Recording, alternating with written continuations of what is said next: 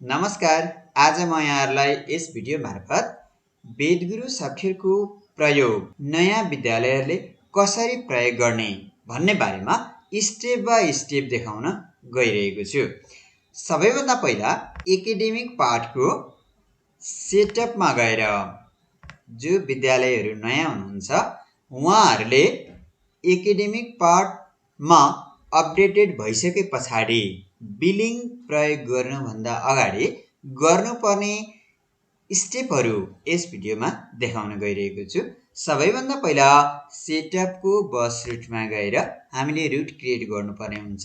हाम्रो विद्यालयमा कतिवटा बस छ, कतिवटा भ्यान छ, त्यो कुराहरूलाई डिफाइन गर्नका लागि हामीले यहाँनिर बसको नाम पनि लेख्न सक्छौँ। जस्तै बस ए, अनि यदि बस धेरै छन् भने हामी के गर्न सक्छौँ त बस ए को फर्स्ट ट्रिप। बस रुटमा क्लिक गरिसके पछाडि बस ए फर्स्ट ट्रिप, किनभने बस एबाट एक ट्रिप मात्रै हामीले विद्यार्थी ओसार पसार गर्ने काम गर्दैन। फर्स्ट, सेकेन्ड, थर्ड कति ट्रिपसम्म विद्यार्थी ओसार्ने काम गर्छ, त्यो भएको कारणले गर्दा हामी फर्स्ट ट्रिप दिउँ। त्यस पछाडि ड्राइभरको नाम, त्यस पछाडि गएर ड्राइभरको phone number, bus number, assistant name, assistant phone number. र यदि हामीले यो रुटमा यदि कोही टिचरलाई ड्युटी दिएका छौँ भने हामीले टिचरलाई पनि चुज गर्न सक्छौँ र त्यस पछाडि हामीले सबमिट गर्नुपर्ने हुन्छ। सबमिट गरिसके पछाडि हामीले जुन भर्खरै एड गरेको बस रुट लिस्टमा गएर चेक गर्नलाई सक्छौँ। हामीले एड गरेको यहाँ आएर बसिसकेको छ। त्यस पछाडि अब हामीले दोस्रो स्टेपमा गएर रुट्स म्यापमा गएर हामीले जुन एड गरेका थियौँ बस ए फर्स्ट ट्रिप भनेर, अब यो बस ए फर्स्ट ट्रिप चुज गरिसके पछाडि विद्यालयबाट अन्तिम डेस्टिनेसन कहाँबाट विद्यार्थीहरू चाहिँ ल्याउने गरेका छौँ हामीले त्यो लोकेसनको नाम एड गर्नुपर्ने हुन्छ। जस्तै विद्यालयबाट वा यो फर्स्ट ट्रिपले कहाँबाट विद्यार्थी ल्याउँछ सबैभन्दा लास्टको डेस्टिनेसन हालौँ। जस्तै उदाहरणको लागि इटरीलाई आधार मान्ने हो भने इटरीबाट पश्चिम रुटको सबैभन्दा अन्तिम भनेको इनरुवा। फर इक्जाम्पल इनरुवाबाट विद्यार्थीहरू ल्याउने गरेका छौँ भने अब इनरुवाबाट इटरीसम्मको फी कति हो हामी यहाँनिर एड गर्छौँ। त्यस पछाडि एड नेक्स्ट गरौँ। कतिवटा स्टेसनबाट हामीले ल्याउने गरेका छौँ त्यतिचोटि एड नेक्स्टमा क्लिक गरौँ। उदाहरणको लागि 6 वटा छ भने 1 2 3 4 5 6 यो 6 चोटि एड गर्नुको अर्थ चाहिँ यहाँ 6 वटा लोकेसनको नाम एड गर्ने ठाउँ आयो। इनरुवा पछाडि अर्को हामी लेखौँ यहाँनिर सखुवागाछी। अब सखुवागाछीबाट कति लिने गरेको छ त्यो कुरालाई हामी यहाँ लेखौँ। त्यस पछाडि सखुवागाछीबाट ओल्लो स्टेसन,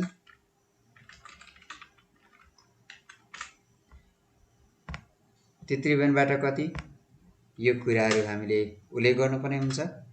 त्यस पछाडि झुम्काबाट कति हो, एवं क्रमले हामी के गर्छौँ त त्यो ट्रिप बस ए को फर्स्ट ट्रिपले कुन कुन स्टेसनबाट वा कुन कुन लोकेसनबाट विद्यार्थी ल्याउँछ त्यो लोकेसनको नाम यहाँ हामी एड गर्छौँ।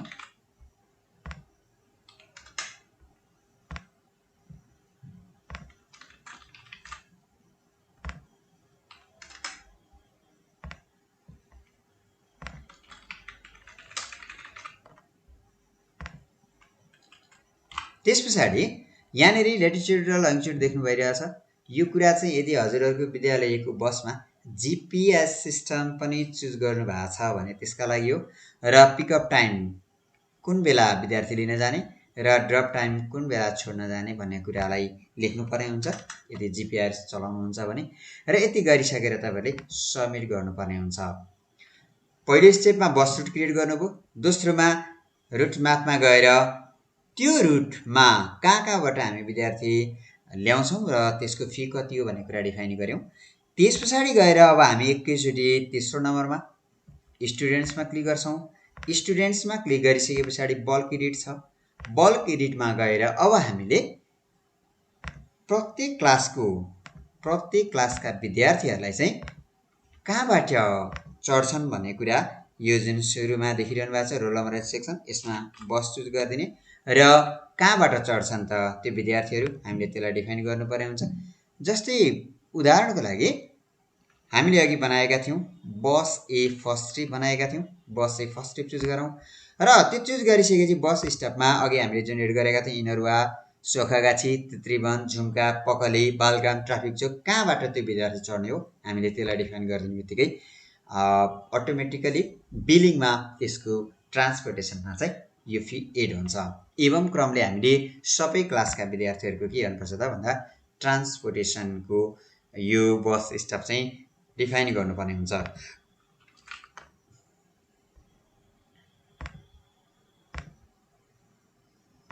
यति गरिसके पछाडि हामी अपडेट गरौँ र यो प्रत्येक कक्षाको प्रत्येक सेक्सनको गर्न जरुरी छ। हामीले एकाडेमिक पार्टमा यति काम गरिसके पछाडि अब हामी बिलिङमा जान्छौँ।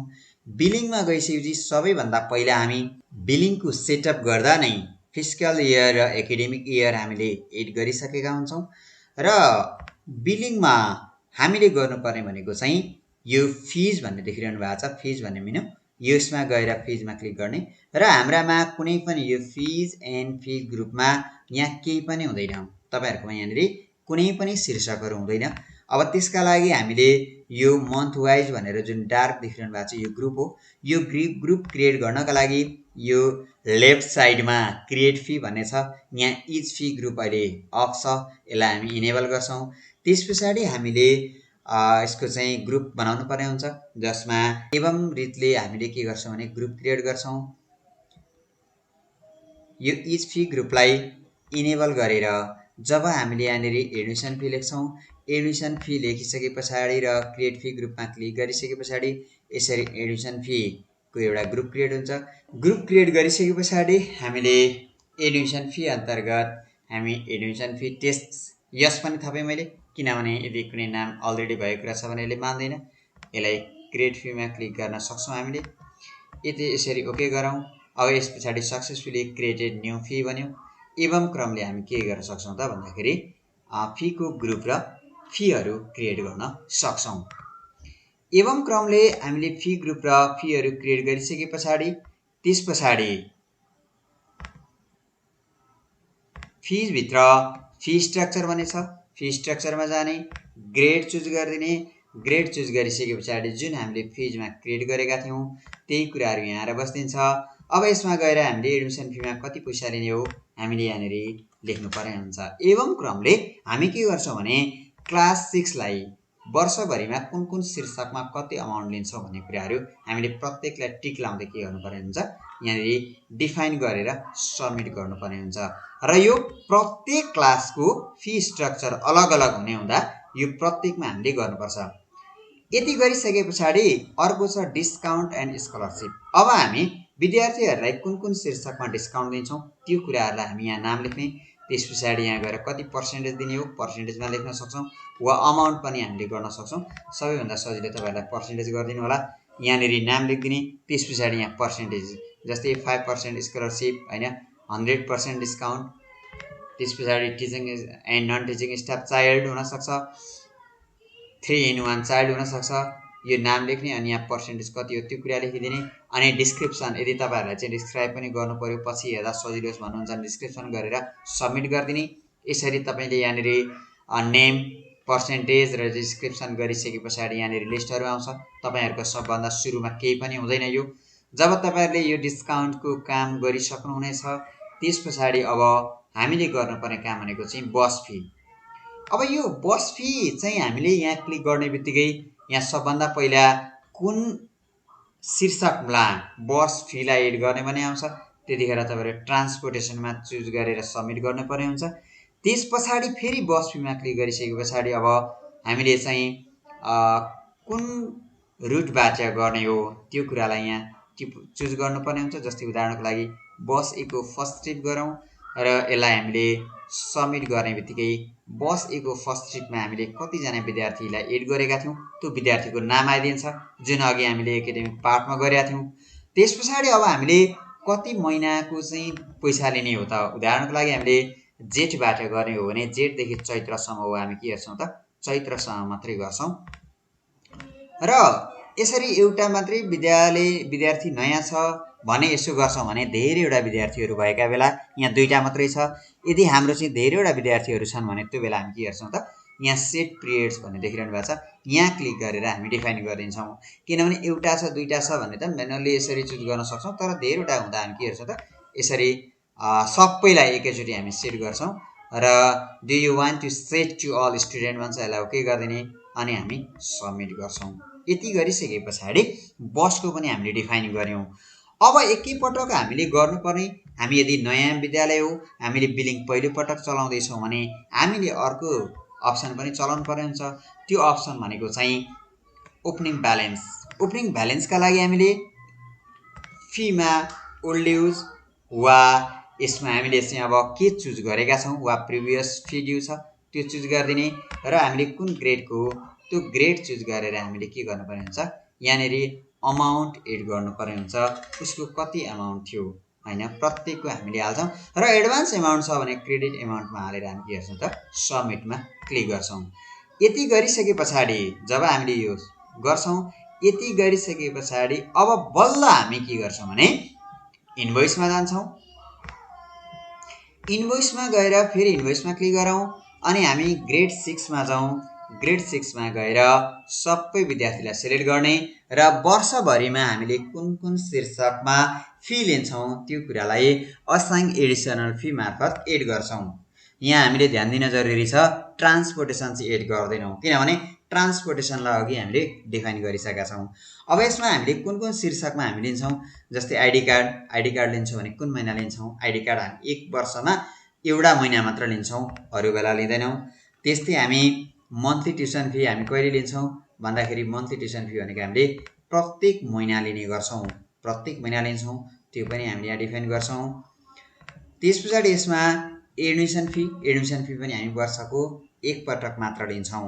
त्यसै गरी अर्को एक्जाम फी, हामी एक्जाम फी के गर्छौँ भने वर्षमा 4 पटक लिने गर्छौँ। एउटा श्रावणमा, अर्को वैशाख जेठ असार, श्रावण भदौ असोज, कार्तिक मङ्सिर पुष र चैत्र। हामीले यसरी वर्षको 4 पटक लिने गर्छौँ, त्यो डिफाइन गर्ने र एवं क्रमले हामीले कुन कुन शीर्षकमा कुन कुन महिना चाहिँ हामीले पैसा लिने हो त्यो कुरा डिफाइन गरेर हामी सबमिट गर्छौँ। यसरी सबमिट गरिसके पछाडि वर्षभरिमा हामीले कुन कुन विद्यार्थीलाई कति कति एमाउन्ट लिन्छौँ भन्ने कुराहरू असाइन गऱ्यौँ। अब यस पछाडि क्लास 6 मा वर्षभरिमा कुन कुन विद्यार्थीलाई हामीले डिस्काउन्ट दिने हो त्यो पनि हामीले अगाडि नै एड गर्न मिल्छ। त्यसका लागि हामीले विद्यार्थी सेलेक्ट गर्नुपर्ने हुन्छ, किनभने यो बेलामा सम्पूर्ण विद्यार्थीहरूलाई एकै प्रकारको डिस्काउन्ट नहुन सक्छ। हामीले जुन विद्यार्थीलाई डिस्काउन्ट दिने हो त्यो विद्यार्थीलाई चुज गर्ने र चुज गरिसके पछाडि यहाँनिर असाइन कस्टम फी पनि देख्नुहुन्छ। यहाँ गए पछाडि अब हामीले कुन शीर्षकमा कुन महिना चाहिँ हामीले डिस्काउन्ट दिने हो त, जस्तै उदाहरणको लागि त्यो विद्यार्थी चाहिँ टिचिङ नन टिचिङ स्टाफको चाइल्ड हो भने यहाँ गएर हामी के गर्छौँ 100% डिस्काउन्ट गर्छौँ, तर यो केमा, ट्युसन फीमा मात्रै, अरूमा होइन हैन। अब यसले के गर्छ भनेदेखि उसले चाहिँ पिरियड सधैँको लागि चाहिँ डिस्काउन्ट पायो, तर यदि ऊ 100% डिस्काउन्टको लागि नभएर 5% मात्रै हो भने हामी 5% मा चुज गरिदिने। अटोमेटिकली 5000 को 5% घटाएर कति अमाउन्ट लिने हो त्यो अमाउन्ट यहाँ आइदिन्छ। र यो कुन महिनालाई दिने हो त, हामी 1 महिनालाई मात्रै 5% दिने हो कि वर्षभरिलाई दिने हो त्यो कुरालाई पनि तपाईले डिफाइन गर्न सक्नुहुनेछ। जस्तै जेठ असार र श्रावण यो 3 महिना मात्र डिस्काउन्ट दिने हो भने 3 महिनालाई मात्रै टिक लगाइदिनु भयो भने अब के हुन्छ भने ट्युसन फीमा चाहिँ त्यो विद्यार्थीलाई 5% डिस्काउन्ट 3 महिना मात्रै हुन्छ, अरूमा हुँदैन। त्यसै गरी अरू कुन कुन शीर्षकमा हामीले चाहिँ डिस्काउन्ट दिने हो त त्यो डिस्काउन्टको लागि हामीले टिक गरेर के गर्न सक्छौँ, कति प्रतिशत दिने हो यहाँनिर हामीले डिफाइन गरेर तल गएर हामीले सबमिट गर्नुपर्ने हुन्छ। हामीले यति गरिसके पछाडि जब हामी सबमिट गर्छौँ, सबमिट गरिसके पछाडि अब बल्ल हामीले विद्यार्थीको बिललाई जेनेरेट गर्न सक्छौँ। तपाईहरुकोमा यो लास्ट इन्भोइसमा चाहिँ ड्यास हुन्छ, कुनै पनि महिना देखिएको हुँदैन। अब यो हाम्रो डेमो हो, डेमोमा अन्यत्रबाट पनि बनिसकेको हुनाले गर्दा यो असार महिना आयो। यो असार महिना आउनुको तात्पर्य भनेको चाहिँ असारसम्मको बिल क्रिएट भएको छ है भन्ने कुरा हो। अब म तपाईलाई असारको एउटा विद्यार्थीको देखाउँछु बनाएर। जब तपाईले असाइन एडिसनल फी र असाइन कस्टम फी गरिसके पछाडि अब तपाईले जेनेरेट इन्भोइसमा गएर के गर्न सक्नुहुन्छ त भन्दा असारको भनिसकेको छ, साउनको बिल बनाउन सक्नुहुन्छ। यदि हामी त्रैमासिक रूपमा छौँ भने साउन भदौ असोज गरिदिने र वर्षभरिको एकैचोटि जेनेरेट नगरिदिनु होला, किनभने यदि त्यो बच्चाले बिचमा छोडेर गयो भने हाम्रो उठ्न बाँकी धेरै देखिन्छ। यदि तपाईँहरूको विद्यालयको नियमअनुसार प्रत्येक महिनाको पठाउनुहुन्छ वा त्रैमासिक रूपमा पठाउनुहुन्छ, त्यसरी चुज गरेर मात्रै जेनेरेट इन्भोइस गर्न सक्नुहुनेछ। त्यस जेनेरेट इन्भोइसमा क्लिक गर्नुभन्दा अगाडि ड्यु डेट कति दिनभित्रमा चाहिँ प्यारेन्ट्सहरूले चाहिँ ड्युज दिनु त भनेर डेट डिफाइन गरेर पनि हामीले जेनेरेट इन्भोइसमा क्लिक गर्नलाई सक्छौँ। यति गरिसक्ने बित्तिकै अब त्यो विद्यार्थीको हामीले चाहिँ कति महिना कुन शीर्षकमा अमाउन्ट लिने हो भनेर डिफाइन गरेका थियौँ। त्यही अनुसारले के हुन्छ, बिल अटोमेटिकली जेनेरेट हुन्छ। हामीले यहाँ श्रावण भदौ असोज 3 महिना चुज गरेका थियौँ। 3 महिनाको ट्युसन फी, 3 महिनाको मन्थली ट्युसन फी र एक्जाम फी एउटा मात्रै, किनभने त्यतिखेर हाम्रो के हो भने एउटा मात्रै पर्यो। यसरी हामीले बिल डिफाइन गर्नलाई सक्छौँ, बिल जेनेरेट गर्नलाई सक्छौँ। यति गरिसके पछाडि अब हामीले पेमेन्ट लिनु पर्यो भने, जस्तो यो भीमा लिम्बू क्लास 6 छ, अब पेमेन्ट गर्नु पर्यो भने पेमेन्टमा जाने, पेमेन्टमा क्लिक गरिदिने।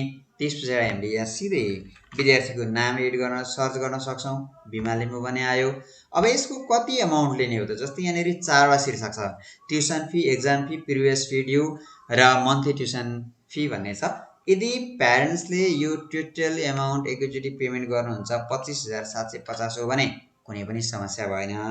अब उहाँले होइन म योचोटि चाहिँ 4वटामा म लगभग ट्युसन फी मात्रै वा उहाँले चाहिँ प्रिभियस फी मात्रै तिर्छु भन्नुभयो भने के गर्ने त, प्रिभियस फी भनेको 2500 छ, यहाँ माथि 2500 एड गर्ने र यो माथि ट्युसन फीको 2500 लाई 0 गरेर अब के गर्ने त, प्रिभियस इयर फी ड्यूलाई 2500 गरिदिने।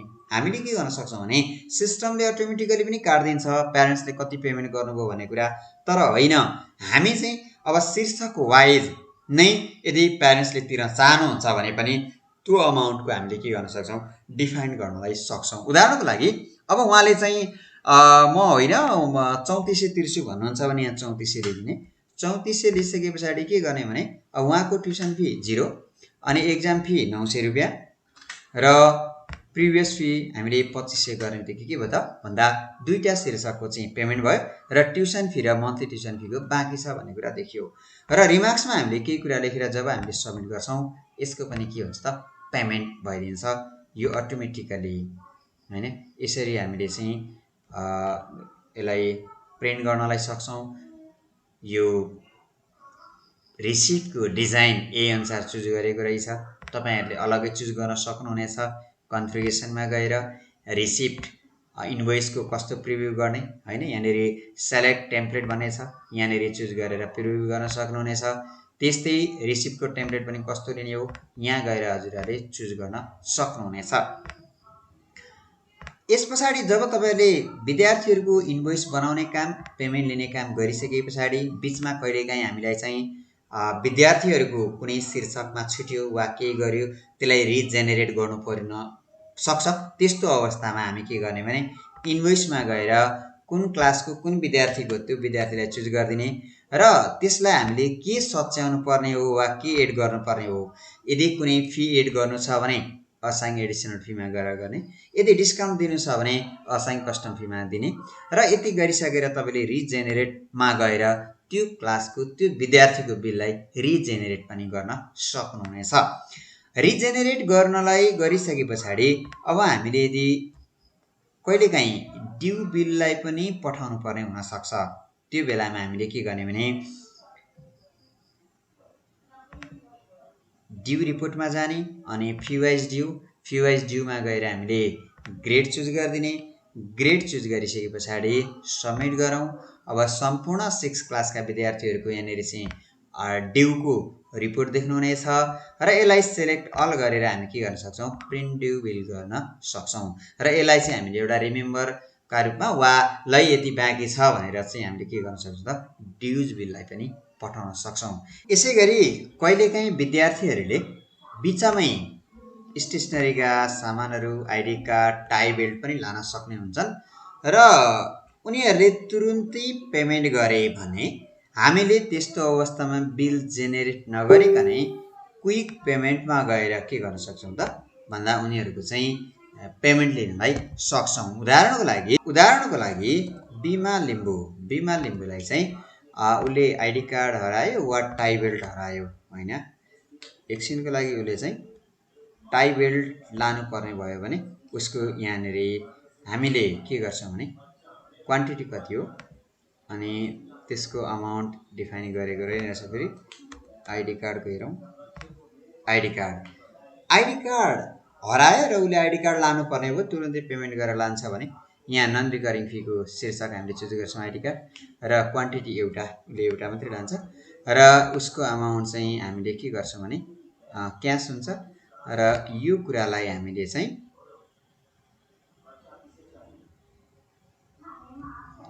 सबमिट गरेर रिसिभ लिनलाई सक्छौँ। यो चाहिँ भनेको हाम्रो क्विक पेमेन्ट मार्फत हुन्छ। अब होइन त्यसै गरी विद्यार्थीहरूले चाहिँ अब होइन म अर्को महिनामा मात्रै पेमेन्ट गर्छु त्यसको भन्ने कुरा गरेका खण्डमा हामी क्विक इन्भोइसको प्रयोग गर्छौँ र क्विक इन्भोइसको प्रयोग गरेर हामीले कुन पिरियडमा हो, जस्तै कार्तिक महिना र विद्यार्थीको नाम चुज गरिन्छौँ। विद्यार्थीको नाम चुज गरिसकेर हामीले आइडी कार्ड चुज गऱ्यौँ, एउटा गर्ने बित्तिकै सबमिट गरौँ। सबमिट गरिसके पछाडि त्यो विद्यार्थीको कार्तिक महिनाको लागि भनेर एउटा एडिसनल फी मात्रै बनिसकेको छ। अब यसलाई हामीले प्रिन्ट गरेर दिन सक्छौँ। प्रिन्ट गरेर दिइसके पछाडि अर्को पटक जब प्यारेन्ट्स पेमेन्ट गर्न आउनुहुनेछ त्यस पछाडि यो चाहिँ एड भएको हुन्छ जसलाई हामीले देखाउन सक्छौँ। त्यसको लागि इन्भोइसमा जाने, इन्भोइसमा गइसके पछाडि हामीले ग्रेड 6 चुज गरौँ। त्यस पछाडि विद्यार्थीको यहाँनिर नाम बिमा लिम्बू छ, यसको लग्समा जाउँ। लग्समा क्लिक गरेर हामीले विद्यार्थीको सम्पूर्ण डिटेल्सहरू हेर्न सक्छौँ। जस्तै डिटेल लेजर छ, सुरुमा लेजरमा गएपछि कुन महिना कहिले हामीले बिल बनायौँ त्यो बिलको सम्पूर्ण रेकर्डहरू यहाँ देखेको हुन्छौँ। Date, month, particular, payment method, यदि पेमेन्ट गरेको भने पेमेन्ट कति बाँकी छ। त्यस पछाडि ट्रान्जेक्सनमा क्लिक गऱ्यौँ भने चाहिँ बिल कहिले बन्यो अनि बिल बनिसके पछाडि कहिले पेमेन्ट भयो होइन, त्यो कुराहरूको पनि यहाँ रेकर्ड बस्छ। बिल सुरुमा बिल बनेको हुन्छ, त्यस पछाडि पेमेन्टको कुराहरू यहाँ आएर बसेको हुन्छ। यदि कहिलेकाहीँ हामीले पेमेन्ट लिइहाल्यौँ तर पेमेन्ट काट्यौँ, प्यारेन्ट्सले फुल पेमेन्ट गरिदिनु भएन भने त्यो बेलामा बिललाई भोइड गर्नुपर्ने हुन्छ। त्यो अवस्थामा हामीले बनाएको बिललाई पनि डिलिट गर्न सक्ने फेसिलिटी छैन अहिले रिसिप्टलाई पनि र बनेको इन्भोइसलाई पनि तपाईँले भोइड गर्नुपर्ने हुन्छ। र भोइड गर्दाखेरि जब तपाईँले भोइडमा क्लिक गर्नुहुनेछ, भोइडमा क्लिक गरिसकेपछि के रिमार्क्स के कारणले गर्दा चाहिँ यो 329 नम्बरको बिललाई तपाईँले भोइड गर्नुभयो त्यो कुराहरूलाई यहाँनिर लेखेर सबमिट गर्नुपर्ने हुन्छ। र यो सबमिट गरिसके पछाडि तपाईँले एग्रिगेटमा यो भोइडको रिपोर्ट पनि हेर्न सक्नुहुनेछ। यसरी नयाँ विद्यालयहरूले बिलिङलाई प्रयोग गर्न सक्नुहुनेछ र बिलिङको अरू रिपोर्ट्स पार्ट, त्यस पछाडि इन्भोइस एन्ड पेमेन्टको मेनु वाइज कुराहरू आउँदो भिडियोमा प्रस्तुत गर्नेछु।